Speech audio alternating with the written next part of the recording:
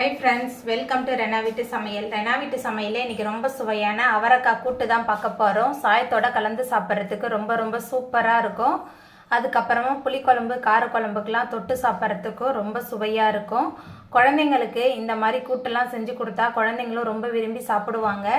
எளிமையான முறையில் ரொம்ப சுவையா செய்யக்கூடிய ஹோட்டல் ஸ்டைலில் சூப்பரான அவரக்காய் கூட்டு எப்படி செய்யறதுன்னு வாங்க பார்த்துடலாம். அவரைக்காய் கூட்டு பண்ணுறதுக்கு 2 டேபிள் ஸ்பூன் அளவுக்கு எண்ணெய் சேர்த்துக்கலாம். எண்ணெய் சூடாகி வரட்டும். எண்ணெய் சூடாகிட்டு 1 டேபிள் ஸ்பூன் அளவுக்கு கடுகு சேர்த்துக்கலாம். கூடவே கொஞ்சமாக உளுத்தம்பருப்பு, கடுகு உளுந்து ரெண்டுமே நல்லா பொரிஞ்சதுக்கு அப்புறமா கிள்ளி வச்ச 2 காஞ்ச மிளகாய் சேர்த்துக்கலாம். காரம் காய்ந்த மிளகாய் காரம் மட்டும்தான், உங்கள் சுவைக்கு தகுந்த மாதிரி நீங்கள் சேர்த்துக்கோங்க. அதுக்கப்புறமா பொடியாக நறுக்குன்னா 2 பெரிய வெங்காயம் சேர்த்துக்கலாம்.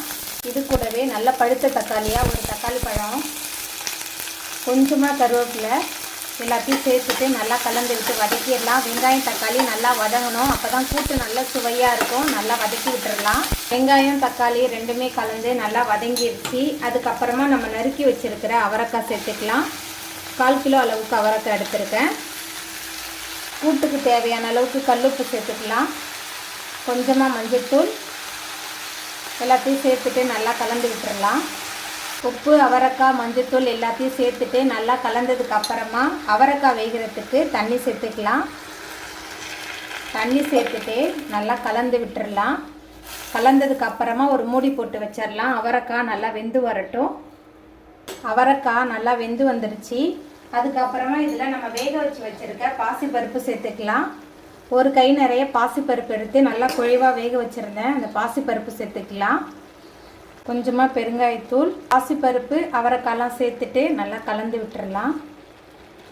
ரொம்ப சிம்பிளான கூட்டு தான், ஆனால் ரொம்ப சுவையாக இருக்கும். சாயத்தோடு கலந்து சாப்பிட்றதுக்கு அட்டகாசமாக இருக்கும்.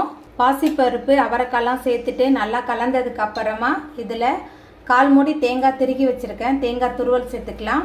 தேங்காய் துருவல் சேர்த்துட்டு மறுபடியும் நல்லா கலந்து விட்டுடலாம். தேங்காய் துருவல் சேர்த்துட்டு நல்லா கலந்தாச்சு. எல்லாமே சேர்ந்து நல்லா கொதிச்சு வரட்டும்.